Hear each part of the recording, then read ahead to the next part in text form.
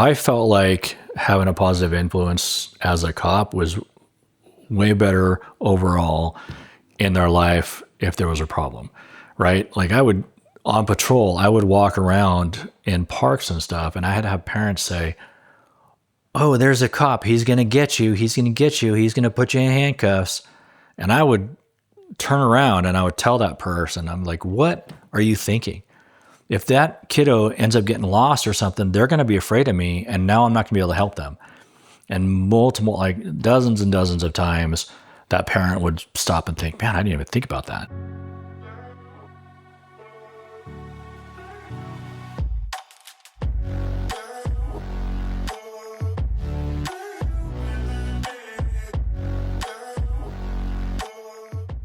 Okay. All right. Can you introduce yourself for me, please? Yeah, my name is Aaron Miner from Meridian, Idaho, born and raised. Okay. Aaron, tell me a little bit about how you were as a kid. I was a super active kid, played soccer pretty much my whole life. Soccer and running were my two things. Okay. Got to about 12 and was pretty competitive in both, and ended up with stress fractures in both of my hips, and then started mountain biking and maintained that until I went off into the military later. When you were growing up, any emphasis on education in your family? No, both my parents did not graduate from college. My dad ended up working for Hewlett Packard here locally, and they did that for almost 30 years. My mom, their priority was family. Okay. Their Mormon family grew up LDS, and their priority was having kiddos and taking care of the family. So mom's a homemaker then? She was. Okay. Now she's got a doctorate in special education, and my dad has a doctorate in psychology. Okay, now wait a minute. So they have no college degree, and they go back to school and both get doctorates? Yep. What's the driving force there? They're both very, very smart people in both of their backgrounds. And once all the kids were off and independent, 3 of us joined the military, and one got married after his mission and has a pretty successful marriage, and they just didn't have to take care of anybody anymore. And so they were able to concentrate on themselves. So wow. Motivated each other to, finish all the school and anything they could do. So. And yeah, now my dad works for College of Western Idaho as a psychologist instructor. And my mom travels Idaho and sets up school programs for special education schools. Wow, super cool. Yeah, they're really, really great people. So, So siblings then? Yep, I've got an older brother, younger brother, and a younger sister. Okay, and the brothers went into the military? Younger brother and younger sister went in the military. Okay. Yeah, older brother is also a computer guy, writes books and a handful of things. Anybody pursue a law enforcement career like you? My younger brother, Sean, he went in the Marine. Actually, he went Army, Guard, and then switched over to the Marine Corps, active duty, and then ended up getting out of the Marine Corps. I think it was like 8 years. Went back to school, got a degree in linguistics, and then got a job with the FBI. So, and then got back in Marine Corps Reserve. So. Okay, so we're going to talk a little bit about your military career in just a second. But As you were growing up, did you think you wanted to go into law enforcement growing up? I grew up playing Army. Like literally, that's all I did is played Army. Anytime I had a chance, it was a wooden gun and camouflage clothes. So, and obviously that stuff goes away as you get a little bit older, and then you start playing sports and things like that. But that all just kind of settled. And then once I graduated from high school, I didn't really have a goal. I was a bike tech, had a pretty good job, working at a bike shop here at Idaho Mountain Touring, and tried to go to college, and I couldn't afford it, and got into ROTC program, and they right away tried to send me to airborne school and a handful of other things. And I go, well, if I'm going to do this, I might as well just get in the military. Yeah. I don't need to go to 4 years of college and, all that. So I did one semester and then signed up in the Guard. How old were you? 19. Okay. Yeah. So 19, you start off with the guard, but you start off as an intel analyst, right? Yep. So what Intel analyst. as an intel analyst? It's so as a basic enlisted intel analyst, you really don't do much. You go to school, learn how to read maps, how to plot different locations, battlefield situations, and that kind of stuff. You're gone into school for 4 months down in Arizona. So you're doing a lot of training, but then you come back, get assigned to a unit, and the people that are actually doing that job are the officers. So you're ended up setting up tents and doing all the silly stuff. And when I came back, I tried to transfer. I actually did transfer over to the 19th Special Forces Group down in Utah and did one training with them. And it was land navigation, jumping into Lake Utah, all of this cool stuff for one weekend. And then we ended with a 12-mile road march. And I think I was the first or second one in. And they were like, hey, do you want to go to selection? And at the time I was working, selling cars for Peterson Toyota. And I'm like, I can't afford E4 pay, going to selection. I'm like, I might as well just sign up regular military. And they're like, yeah, we'll let you go. So I signed up and then changed my MOS to an infantry guy. Okay. So you go from 2001, 2003, you're a scout vehicle commander in the Army. What does that mean? So joined the infantry and then got assigned to Fort Lewis, and our unit was the first ones to get the Stryker vehicles. That opened up different positions, and one of the positions is driver, and the other one is a vehicle commander. So you're in a leadership position. And when I transferred from the National Guard to regular Army, I was at the rank of an E4, which is, kind of like the entry level leadership position. They start getting you ready for a sergeant and stuff like that. So they put me as a vehicle commander. I actually had to try out to get into the scout platoon, which was, I think it was a 4 or 5 day selection process. And then I was selected for scout platoon, which works at the headquarters level instead of being in an infantry platoon, which is, they're doing different jobs than what the scouts are doing.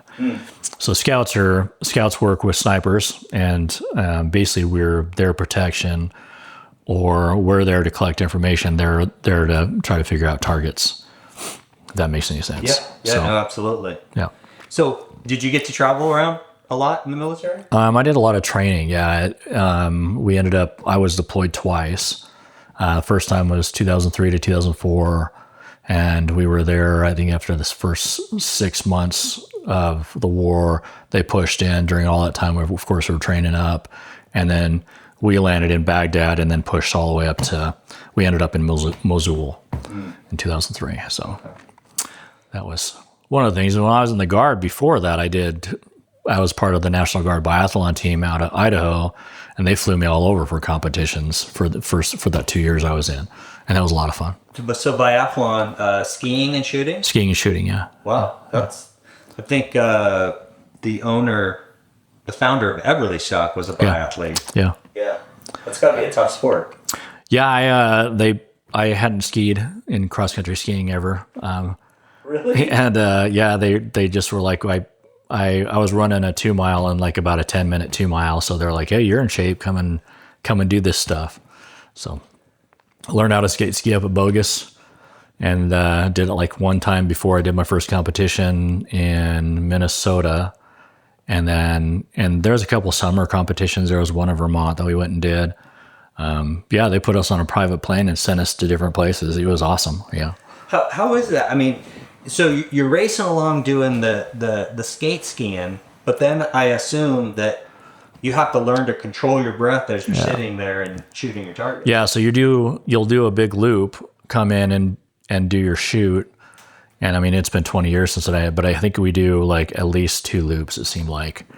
I could be wrong, but you do your shoot, see what your hits, and then those points are all added to whatever your time is and stuff like that. And so I never placed anywhere.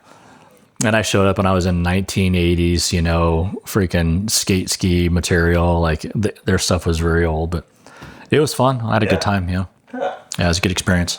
So from 2003 to 2005, you're an assistant team leader, and I'm assuming that's a leadership position there, right? Yeah, so I was a E5, which is a sergeant. Made that rank before I got deployed. And then while I was deployed, I made the rank of E6 or staff sergeant, and then took charge of the team. So I was the team leader by the end of the tour. How would you describe your leadership style?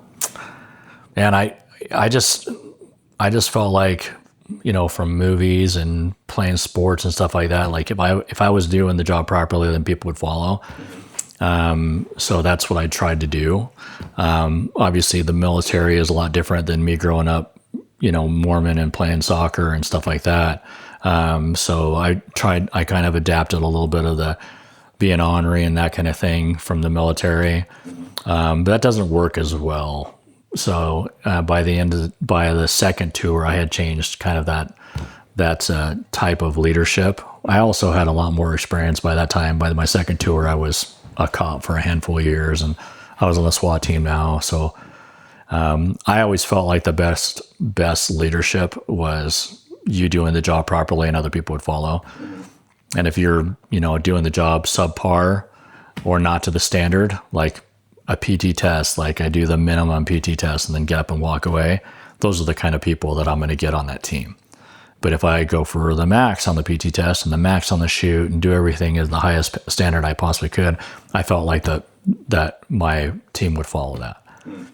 And I felt like, especially in scouts, we were all held to like a 95% passing rate anyways. So that's kind of where I got that mentality, was like, you have to be the highest standard to be in this position. And that's just what I maintained. If that makes sense. Do you think leadership is innate or learned? Oh man. I think it definitely can be learned, but there's definitely a big part of it is natural. Okay. So with that natural leadership. So with that being said, where do you think you got your natural leadership? I always, in all the sports I played, I was always put as a team captain. I'm not afraid to speak up, not afraid to say, hey, this is what we need to do.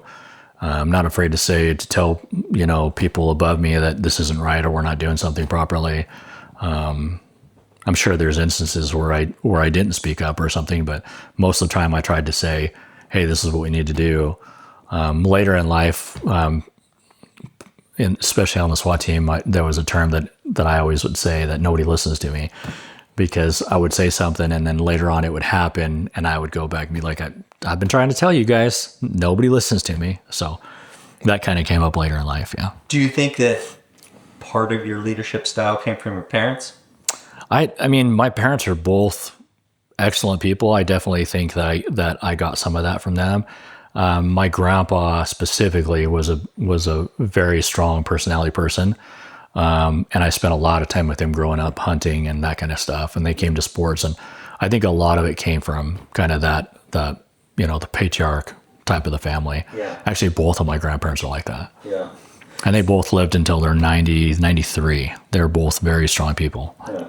So in 2005, you end up joining the Ada County Sheriffs. Yep. Where did that come from? Did that start when you were in the military? Hey, I better figure out what I'm going to do. Why did you decide it was the law enforcement career? So there's kind of two sides of that story. When I started mountain biking, I noticed that Boise Police had a bike team. And I thought, man, that'd be a great job, riding your bike around and, taking care of business and that kind of stuff. And then that kind of faded away once I joined the military. And then I remember a specific night that we were maybe a month or so from coming home in Iraq, and all of us were kind of looking at each other like, what are we going to do after this? Like we have a specific type of training now. We were running patrols, counter IED, counter sniper, counter rocket stuff. I'm like, where does that transfer over? And handful of them were like, well, I'm going to be a fire guy. I'm going to join the fire department locally or whatever. And then most of us were talking like, hey, when we get out of here, we're going to become cops, because it seems like it was a good transfer over. And I ended up coming home about a month before those guys did. I had a wife who was not mentally stable and ended up in a in a hospital. So I came home about a month early and then ended up getting out of the military because of her. It was a family hardship discharge is what it was. And then I took custody of my kids and got separated from her. And during that time, I had to get out of the military. And the only job I can think of was going and becoming a cop. So built up a resume and everything with all the stuff that the military helps you with when you get out, and applied for the sheriff's office. And then I signed up for the national public. It was a public safety testing that they had. And the sheriff's office called me first. So had you applied for different agencies then? So the way the public safety was is you go there, take the PT test and the written test, and then apparently they submit it to other agencies, and then the agencies will reach out to you and say, hey, you passed this, you did the PT test, we want you to come in and talk to us about a job. So that's interesting. So it wasn't something where you applied for all these different agencies. No. It was just... Yeah. Is that standard in Idaho? I don't know if they still do that. That was 2005. Most of the agencies now that I've heard about are people like, I go to Northside CrossFit, and there's a handful of guys in there that have applied to agencies and get hired directly by them. I haven't heard about the public safety testing for a while. Interesting. So interesting. Okay. So when you started in 2005, I thought it was interesting that you never went to the jail. Most people start off in the jail. Why didn't you? So they took my 4 years active duty and then also just coming out of combat as, hey, we're gonna try this. I'm not sure if it was a very common thing. In fact, I probably only heard of one or two guys that really did that. Usually you'll get the training in the jail and then they come out. But I went straight to the street. They just said, with my experience, we want to try it, see if you can go to the street. And they needed the positions. So I was hired with like 3 other people. So the academy that you go to, how long is it? I think it was about 4 months post, yeah. So 4 months, you've been through a military academy, you hit the street. How long is your FTO program? At least 6 months. It wasn't until 2006. It was like right before 2006 that they put me on my own. It seemed like it was like almost the winter of 2006. Okay. Or winter of 2005, so right there. Well, let me ask you this. When you start your FTO program, is there any surprises for you? Is there any like, holy crap, I can't believe what I've gotten into? Or? The only thing that really stuck, well, there was a lot of things, but the biggest thing that really stuck was my first traffic stop. And nice lady, I couldn't tell you what she looked like or anything like that, but it was probably a minivan. And I walk up to her, and after all the training that they give you, you're going to get shot, and all the scenarios and everything like that, I was shaking so bad by the time I got to her window that she asked me if I was okay. And then once we kind of got through that dialogue and I kind of got that figured out, got that off my nerves, I didn't have any problems. I hadn't written a whole bunch. Like, writing wasn't my big priority in high school or anything like that. So I had a little bit of a challenge during doing reports on things. But I was able to work pretty good with people and work well with people that are on the team.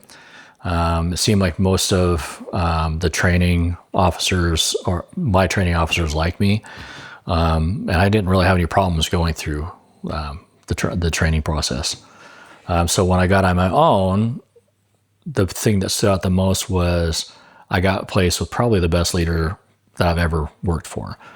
His name is John Tucker, and he's still an officer. He actually was a lieutenant with Boise. He was a sergeant with Ada County, went over to Boise, retired as a lieutenant, and now he's in Caldwell as a lieutenant or captain. Wow. He was also in the military. So not only did I join his team, and he was probably the most squared away dude, super patient. I don't think I've ever heard him yell at anything except for his dog. But he took me under his wing and actually got me back into the military. And then I worked with him in the National Guard too. So that was a big process. So working for him right away set me up for success. Ada County is just a really good agency. And pretty much everybody I worked with was just on the ball. So how old were you when you started? with Ada County? 28. 28. So, you know, you're not a youngster by No. any means. No.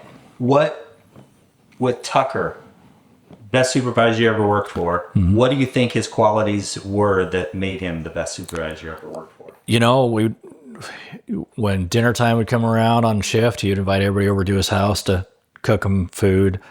We did team things when we were off.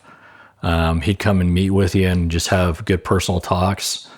Ask you if you needed anything. The guy was just like everybody's big brother, and still is. Still one of my best friends. He's the dog that I got from him. Like, yeah, he's seriously a very special person. So when you started with Ada County, how big is the agency at that point? Oh man, it was probably, I'm guessing 150 maybe. Okay. With jail. Okay.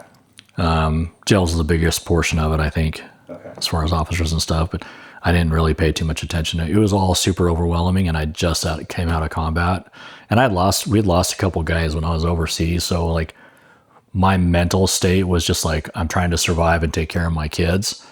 And I literally moved back in with my parents so they could help me with my 2 girls. My girls were 3 and 4 at the time when I came back. So I would go to work, do like a graveyard shift, wake up or stop at the house, get the kids set up a little bit, fall asleep on the couch, and they would just knock on my face and ask me if I needed something, and then play video games or whatever. And then at 3 o'clock, I'd get up, go to the gym, hand them off to my parents, and then go back to work. And I did that for a while. So when you finally get on patrol by yourself, yeah. Can you look back on the first day of patrol? Are you scared? Are you nervous? Or by that time, everything's squared away? No, I think the biggest thing was I watched a lot, paid attention a lot to the people I worked with, and it didn't seem like I was alone very much. Like if I was doing traffic alone at night, it was a swing shift position.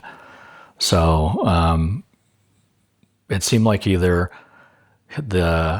John was close or his assistant was close to whatever call. So if something would come out, they'd always run close, make sure I was squared away, and then went the same way for everybody else. That's what it seemed like. I don't remember anything really difficult about that first process. Any advice if you've got young officers, brand new officers that are watching? Mm-hmm.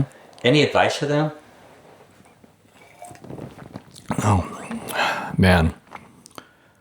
I think the biggest thing is make sure you're talking to people.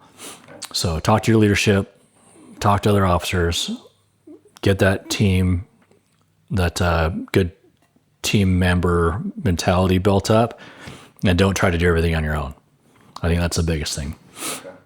And then especially once you start, when you're experiencing or you go and experience a suicide or a fatal crash or whatever else, start right away with mental health stuff. Like work with your peers, work with your peer group, leadership group, or whatever else, and start processing that stuff right away. And I think that'll lead you to a more successful career by the end of it. Yeah. Because people are just, they're not meant to be exposed to so much trauma as a cop, firefighter, paramedic, even doctors, or military, and that stuff just adds up over time. And if you don't get it out of your head, and I'm not talking about going and working out and just kind of getting through it, like actually processing, getting out of your head, it's going to add up. So how did you deal with it then?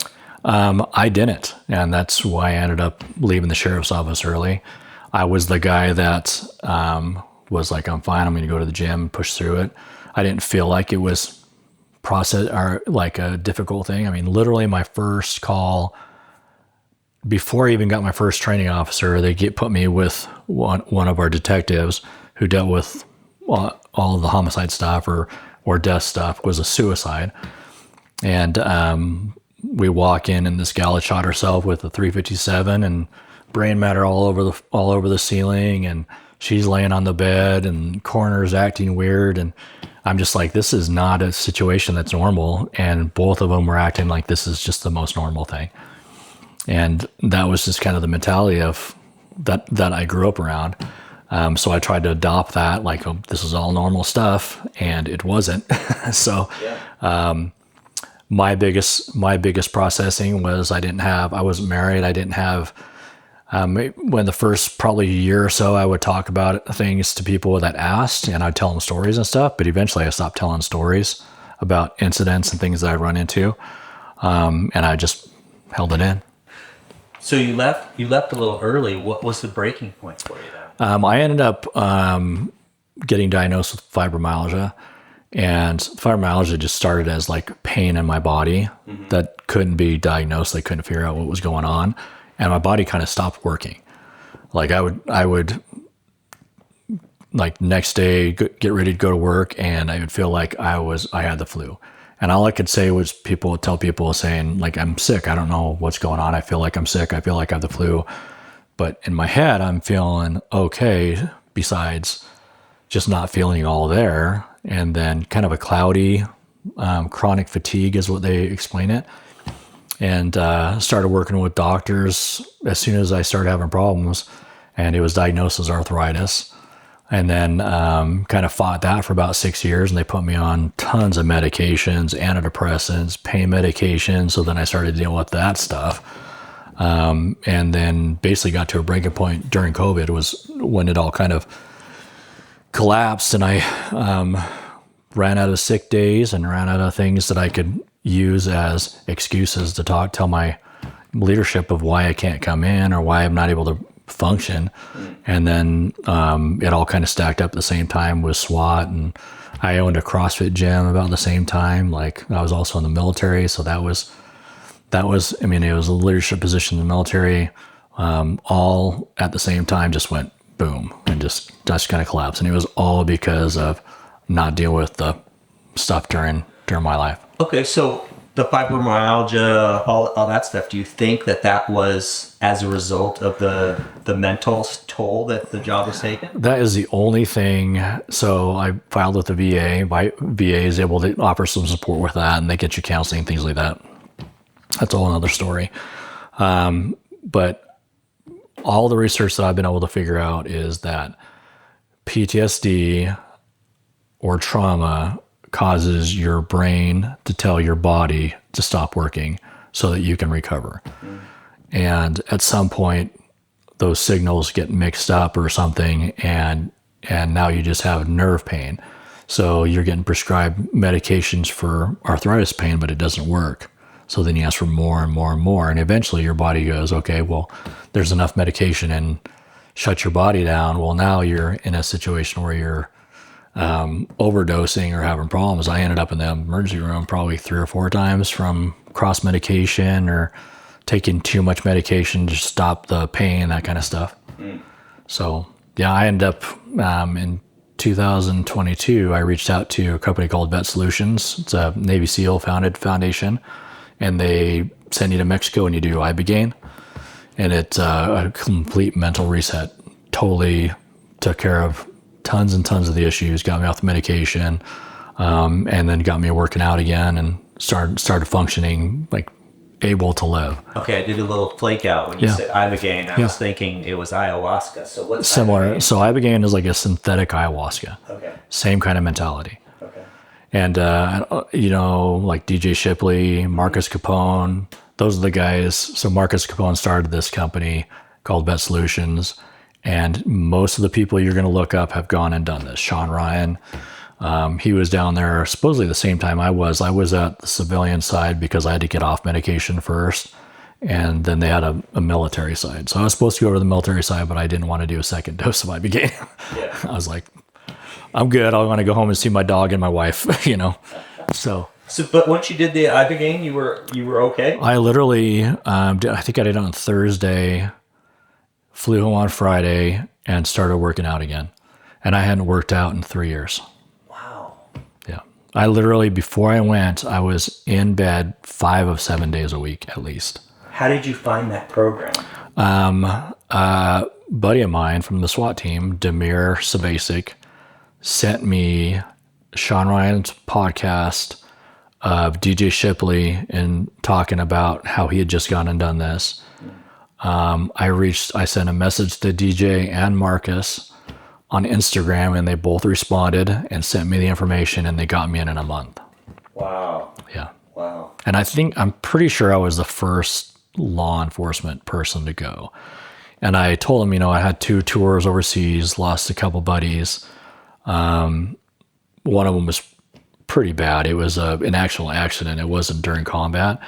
And then obviously all of the stuff I was exposed to being on SWAT, and then just being a cop. And then some of the stuff that was more personal is working in a school, because now you're losing kiddos that you saw yesterday, and their families, and you've been in classes with them, gone and helped them with things, or they were on the cheerleading squad and now they're in a car accident and now you're going to their funeral. Yeah, so let's talk about that. You were a school resource officer for 8 years? Yes. Why did you decide to do that? So my second tour, we did a personal security detail, and so they trained me up on how to protect people quite a bit. We did a bunch of schools. It was a lot of fun. Then we got sent to Baghdad, and any VIPs that came in, we set up their detail and protected them while they were in the country. I did some pretty cool people, Robin Williams, Lance Armstrong. We did Joe Biden, Nancy Pelosi. We did a bunch of them. Once I left the country and then came back and started working again, I didn't want to do patrol. I felt like I wanted to do something else, and I wanted to do something during the day. And the position at Eagle High School came up, and I applied and went through a little interview process and stuff like that and got it. And they send you to a basic SRO course. And during that course, there's literally no explanation or training. I mean, the guy that even taught the course is probably almost 400 pounds. Just a big guy who'd been on an SRO for almost 20 years or something like that. And now he's teaching this course. And the whole time I'm thinking, how is this guy protecting anybody if there was something that's going to happen? And I'm thinking, man, I mean, with my experience as a SWAT guy and all this other stuff, I would think that you'd want a SWAT person in a school, because you're literally protecting a town of 1,700 people, even more. And so that was what I wanted to do. I was like, right away in the basic SRO course, I was like, this is where I need to be. And I kind of listened to my heart and stuff, like, hey, you want to become a cop? I should do this. Yeah. And then so on. So when you said you were losing kids, what was that all about? Just like car accidents, suicide? Yeah. What was the deal? Yeah. So once I got to be in the school, just life starts happening. Kids are driving to school and they turn in front of the school and get T-boned.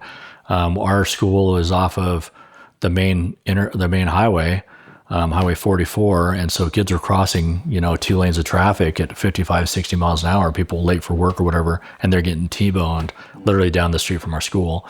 Kids that go on, their senior trips and they go up to McCall or Cascade, and they're drinking or driving, and then they end up in the river or in another accident that way. And it seemed like every year we would lose a handful of kiddos. And most of the time I would know who they are, had talked with them. I mean, the experience, you're at every home game from basketball and football. Most of the problems that kids are having, they're coming and talking to counselor, which then counselor cuts you if it's something I need to deal with, or a principal has a problem. They'll usually come and get me to come help with that. So I met a ton of families through that experience. And some really great people. I still keep in contact with a lot of them. It's just really, it's like losing your friends or family every week or 2 weeks. You're going to a funeral. I mean, by a certain time, and you're not just going to a funeral, you're going to the crash or you're going to the hospital and you're trying to help with that. I mean, there's just a lot of elements that just build up. Yeah. So what was put me in your shoes in terms of your relationship with the kids. Are you going in there, I don't want to say as an authoritarian, are you going there as officer friendly? How are you handling this?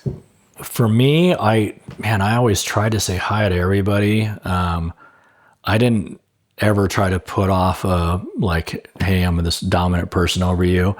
When kiddos would come in and they'd have a problem, I would try to be totally personal, because I remember in high school, I mean, there was lots of problems that I dealt with, my friends dealt with, and it didn't define you for the rest of your life, you know? Right. This is like super low level problems that they're thinking are the highest level problems they're ever going to deal with.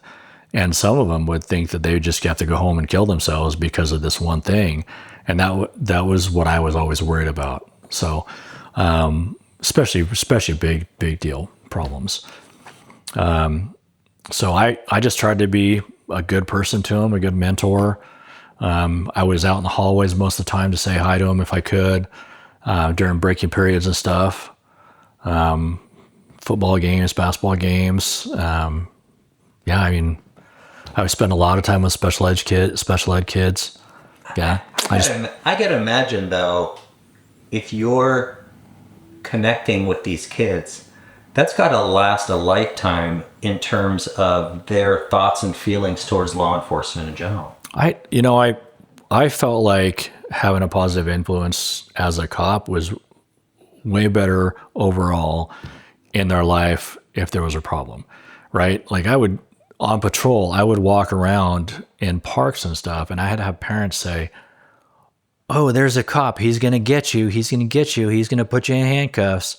And I would turn around and I would tell that person, I'm like, "What are you thinking? If that kiddo ends up getting lost or something, they're going to be afraid of me, and now I'm not going to be able to help them." And multiple, like dozens and dozens of times, that parent would stop and think, "Man, I didn't even think about that." And they would say, "Hey, I'm sorry." And then they'd come over and we'd give them a sticker and say hi to the kids and stuff like that. And these are like little kids, like 3 and 4 years old, you know? And then I know most of the schools in our area, pretty much, I think every school in our area, our patrol guys try to stop and do stuff with the kids. And I know Boise does the same thing. I'm sure most of the other agencies do. I follow them on social media, and they do that. They all are on board with, stopping and seeing the kids, and different groups and stuff like that. They'll go to scouts and things like that. But it's just a way different environment than when I grew up. I don't know who the SRO, if there was one at my school, and I went to Meridian. So I didn't want to go to the office. I didn't want to talk to a counselor. I didn't want to, adults were, I wasn't interested. Yeah. And it was way different for me working at a school. I spent a lot of time with kids. So. Any thought process, any opinion on school shootings? How do you... Yeah. What should we be doing to protect our kids? Oh, man. So right away getting to the school, I saw that there was zero protection. Most of the doors were open. Anybody could walk in. The kids will let them in. Somebody comes and knocks on the door, the kids will let them in. And then that person has just free reign, and they can say whatever to that kid. "Oh, I'm just trying to get to the office." "Oh, it's over there." And they're wandering around. So we started working on that process of locking the school down and getting access cards and stuff like that. And then I thought, okay, well, what if something actually does happen? How am I going to be able to deal with the problem, or one of the administrators going to be able to deal with the problem? And it didn't matter. It could be a low level, just trespassing. And then we started looking at doing the run, hide, fight that the FBI was offering for businesses and offices. So we started seeing how that applied to the school, barricading, teaching the people to fight and stuff like that. Once we got that kind of dialed in, and working with patrol guys on the response and things like that, as much as you can. I mean, it's going to be a shit show no matter what. But when we do a real lockdown, or an accidental lockdown did occur, that hallway was clear in less than 30 seconds. Everybody is out of their hallway, and that, for me, that makes a big difference. Windows are covered. You can't see inside classrooms. That's a big thing. Locking the doors, barricading, that kind of stuff, that stuff all happens. Usually somebody's got a specific target, disgruntled husband, wife, going through divorce. There's usually a reason for targeting a specific school. And then I started looking at response. The response thing was taking care of the people that are injured. Well, our priority as law enforcement is take care of the threat, and then take care of the people injured. So you have 1,700 other people in the school that can help with the people that are injured. So I brought Stop the Bleed through Ada County paramedics, and we started teaching the teachers how to do tourniquets and plug in a wound and that kind of stuff. So that was right away one of the biggest things that I think that I brought to the teachers. And every one of the teachers, I'd say the majority of the teachers came and said, "Thank you for showing this. This applies to my life, not just here at the school." I've actually had one of the teachers had an incident off-roading.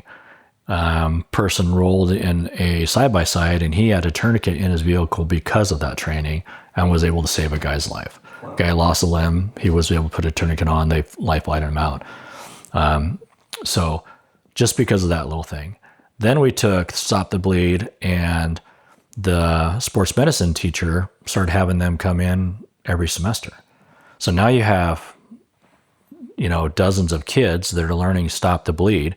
So you have those guys in all kinds of different classrooms. And then I started plugging in tourniquets to all the different classrooms. Then I got Stop the Bleed kit in the school and a mass casualty kit in my office. And so in my eyes, that's the majority of what I can do. Besides parking a police car out front, making my presence known. For the first, had a safe in my office with my rifle in there. I brought my body armor in. Obviously, I had my personal armor on. So those are all the things I could think of to help with that situation. Because most of our job is reactionary, right?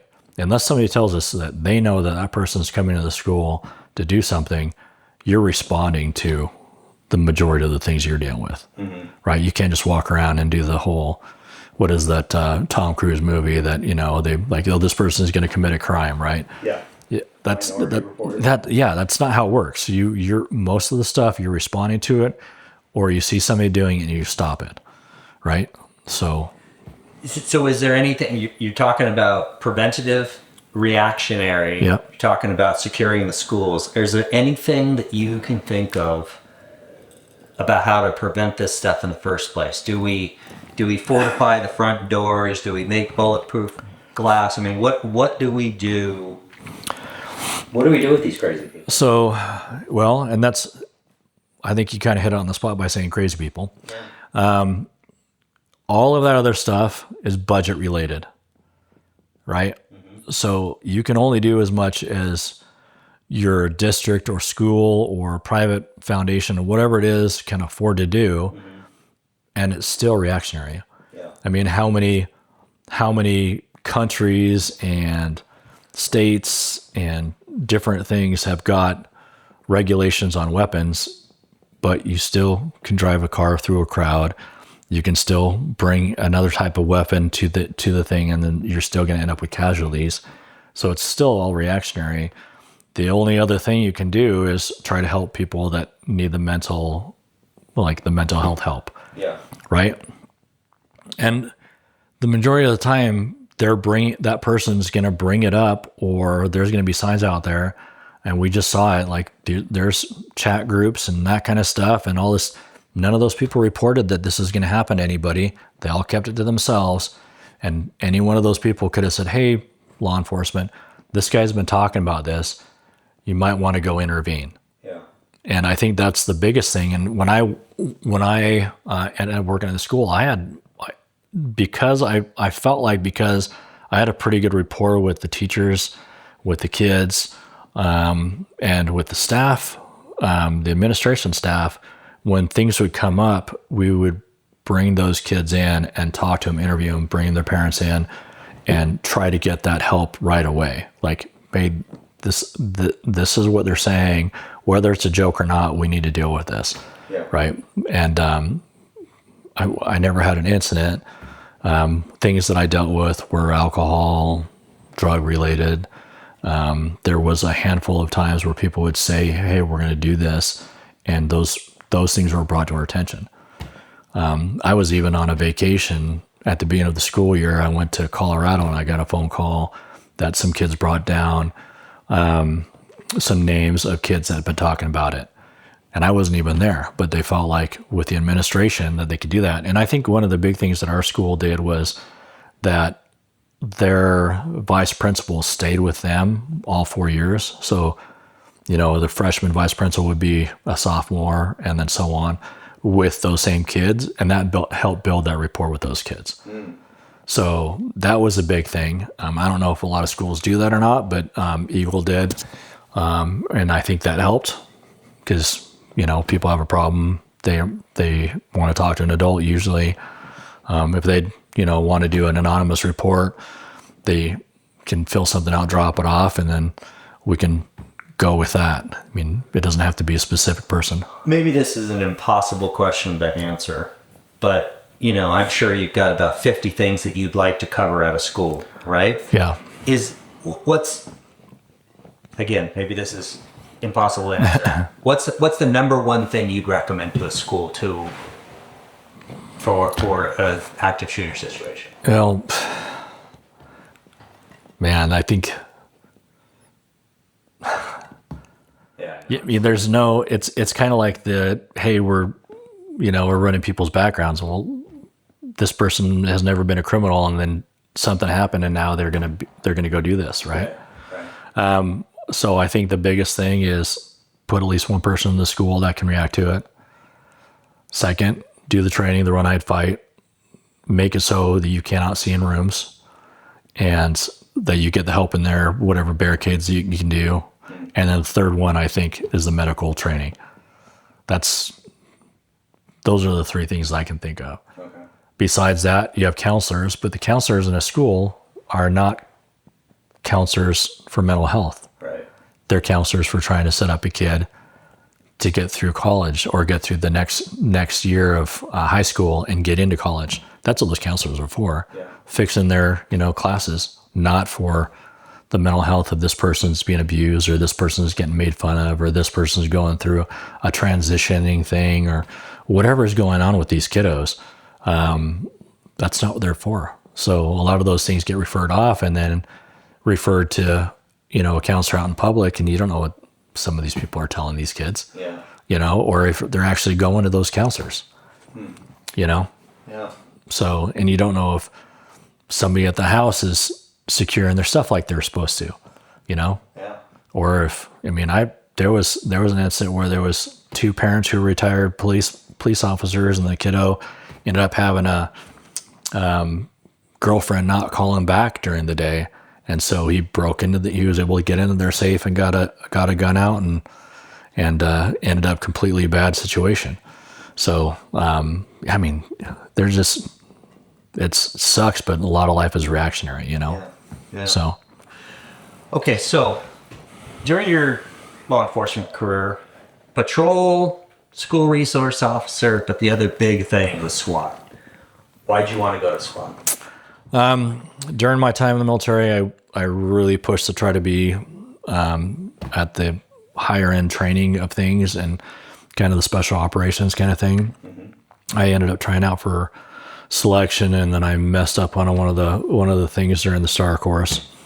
And then instead of going back, we went right to combat. It was like I had selection, and then like a couple months later, we were in Iraq. So I didn't get another opportunity, and then I ended up being a single dad. So the only real opportunity of doing something with special operations and training that was going to help me in my current career was SWAT, right? So your standard is higher for your physical training. You're held at during that time, patrol wasn't even doing a physical training testing, except for to get in. So that standard was higher. Most of the people that were in SWAT at the time were in leadership positions. So that made that stood out to me. Who does a cop call when they need help? In a really bad situation, they're going to send the SWAT team. And I felt like that was where I wanted to be. I wanted to be the guy that said, hey, I don't want to go in there. So they would call me and I would go in there. And I don't remember any situation where I didn't say, I'm ready to go. I want to go in. In fact, a lot of times it was me pushing like, hey, we need to go in. This is a situation we need to go deal with. And others might have said, and especially in leadership positions, we were like, well, we don't want to send you guys in to get, for you guys to be injured, and now we're trying to rescue you guys, So I saw the training, I saw the opportunity, I saw the people I was working with. It was back in a team environment, which is what I missed from the military. Yeah, I mean, you see, like, there's costumes, SWAT costumes, like that was the kind of mentality that I grew up with, How busy were you guys? We weren't super busy. For years and years, we did maybe 1 or 2 call outs. Probably once a month we'd go on a call out. Sometimes we'd have more than that once a month. Sometimes we'd have once every 6 months. I was on the team for about 12 years. It kind of went with the flow of how the nation was doing stuff. So sometimes drugs are a priority and we're going to go and get drugs. And sometimes that wasn't a priority. We're not going to send guys in to get shot over drugs, So we kind of adapted to that. And then our leadership kind of made the difference too. Sometimes leadership would say, no, we're not going to do this. We're going to walk away and let this guy, maybe get pulled over on a traffic stop or whatever. And then you have the mentality of, well, if he gets pulled over on a traffic stop, it's going to be maybe a brand new officer, maybe somebody that's not ready for the fight that he's ready to give us. And there's scenarios for everything. So, my last handful of years, we did a training called Darcy. We went down there and got certified in the Direct Action Resource Center, and we did counter-terrorism stuff, and we got our team really squared away. And that's the stuff that they're still doing. And so now they're ready to respond to like a way better, way higher level of force, I would say. So there's even situations when I was working that we were called to go help another agency because they didn't have a team, and we held the guy in by setting up a brick perimeter. And because of the situation, they ended up calling in the hostage rescue team from the FBI. They flew him in, drove him up to where it was, found the guy, and then took care of business. So, there's lots of different elements to it, Yeah. So. Okay, before I ask you the last couple of questions, what are you doing now? Tell me about the activity group. So the activity group I stumbled on because I do off-roading. And I was at an off-road event, and I ran into some guys that are here local. It's called Overland Solar. And they told me that the activity group was looking for a Pacific Northwest manager position for sales. Then they told me, hey, there's this ridiculous type of armor that's come out, and we're the first ones to get it in the U.S., be able to distribute it and stuff. And you should go take a look at it. So I go over to the activity group, who used to be just medical supply stuff. That's actually the mass casualty medical kit that I had put in the school was from activity group. And that was through a type of medical, like a wound clot, is type of a, what's it called? It's a clotting agent. So, and everybody's going to notice, like combat gauze is one of the competitions. Well, this is called wound clot, and it's ridiculous. All the agencies are going to it now. So that's what they did before. Management didn't run it right, whatever, and it kind of changed ownership. And then they started doing actually weapons, armor, medical supplies, a bunch of stuff. We do a ton of stuff now. One of the biggest things was the body armor, and I picked it up. I've actually brought it. Yeah. So it's a Dayton armor, and this is a level 3, and this is an ICW, so it's super thin. This plate weighs 1.5 pounds. Hold it up a little bit. Yeah, there you go. So super thin. Yeah. Okay. Made from Dyneema. It's a 10-year plate, and just slides right into an outer carrier. What's the rating on it? It's a level 3, and this is the ICW, so it has to have a soft armor backing. I have shot this personally 2 different times, with up to 15 rounds and 0 penetration. 5.556, I think 3 to 5, 9 mil, and 3.308 rounds, which was actually Bannock County's sniper rifle, suppressed sniper rifle. And the back face deformation was pretty great. Obviously, you're going to have your soft armor backing, but not penetrating. And they hit on right on top of each other. Well, even with the 308. Even with the 308. Wow. And that's why, all the local agencies are going to this. It's a little more expensive, but it's a 10-year plate. So we started selling that. It's huge back east. I've got 2 guys that are back in Pennsylvania. So NYPD and all those guys are all running this plate. So that's why I got into it, because as a former cop, I was like, that's what I've been waiting for. The whole time I was working, I'm running soft armor, and they're like, hey, go in there and deal with this guy that's, got guns or whatever else. And that was another one of the motivators for being on SWAT, was that I got a freaking plate carrier and full body armor and a helmet and a rifle.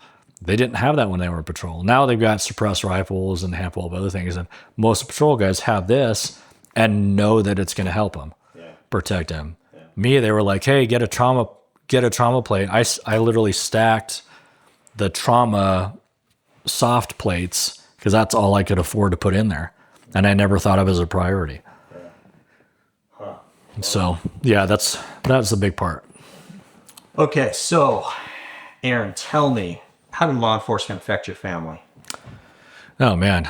Well, right when I got into law enforcement, because I was able to go through posts and kind of there's a mental health part of it, that mental health training part of the police academy, that actually helped me learn for myself that I was in a bad situation with the person I was in, because nobody had really told me anything about mental health, bipolar, schizophrenia, all that other stuff, until I went through this training and the signs of all that. So I was able to take custody of my kiddos, and then I was able to just take care of them away from the thing that was causing the problem.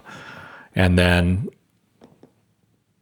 that helped me with that. That also set me up for success as far as a career. Now I've got a career. I'm getting all kinds of free training, thousands and thousands and thousands of hours of free training, just like in the military. They send you and they're making you more valuable as they're training you, right? So you're getting all of these resources, all of this help, leadership. If you have any problems, then you can go talk to people. I've got health insurance. So that made me stronger and then made my kids stronger. And so I was able to, have that good life and the life that I wanted. I was never a guy that was chasing money. I was a guy that wanted to take care of people, be there for them, stop bad guys, that kind of stuff, right? And so that made a big difference. The other part of it is it also helped me take care of myself as far as well as I knew how. I know how better now to take care of mental health and things, and I do those things, but I wouldn't have ever been exposed to any of this stuff if I wasn't a cop. So there's a give and take, but I don't think I would really change much, except for maybe getting divorced when I was still in the Army, and then going into special operations and being the single father there, which doesn't really work out for the military. Yeah. So that's the only really other thing I would probably change about my career. I tried to go into SWAT after the first year I was working, and I was kind of over cocky, and I think during one of the interviews they asked me what I thought about the team and that kind of stuff, and I told them that it's time for some new guys to come in and take over. So, so yeah, I didn't make the team that year. So I came back a couple years later with a little more humility and more experiences as being a cop. Yeah. So I really don't. I mean, if I could get more medical kits and stuff in schools and that kind of training, I think that would just help people. But that's not my job anymore. How about this? Looking back on your career, did law enforcement affect the way that you see people? Yeah. I mean, when I joined, I was still a kind of active LDS guy. And then, after the first couple of years, I was dealing with problems, people's personal problems, like very in-depth stuff I didn't want to know about people's problems. And then I'd go to church and I'd listen to how we need to do things better. And this person's having a hard time because they can't get the genes the other person wants, and just little stuff. And in my head, I'm going, you guys have no clue what's really going on in your environment or in your community, and the things you're complaining about, which is all justified. I mean, people live in their own world, right? Well, as a cop and in the world I was living in, and then most of the time was a graveyard shift kind of world, it was really hard for me to go from, I'm going to do this, to also going to church. So then I started seeking other releases, which ended up being like going to nature, camping, stuff like that, which fits me better. It always has. Yeah. Nothing about religion. I don't have a problem with religion. I believe in God. And all that stuff. I think it's a really, really good place for especially people that need it. Yeah.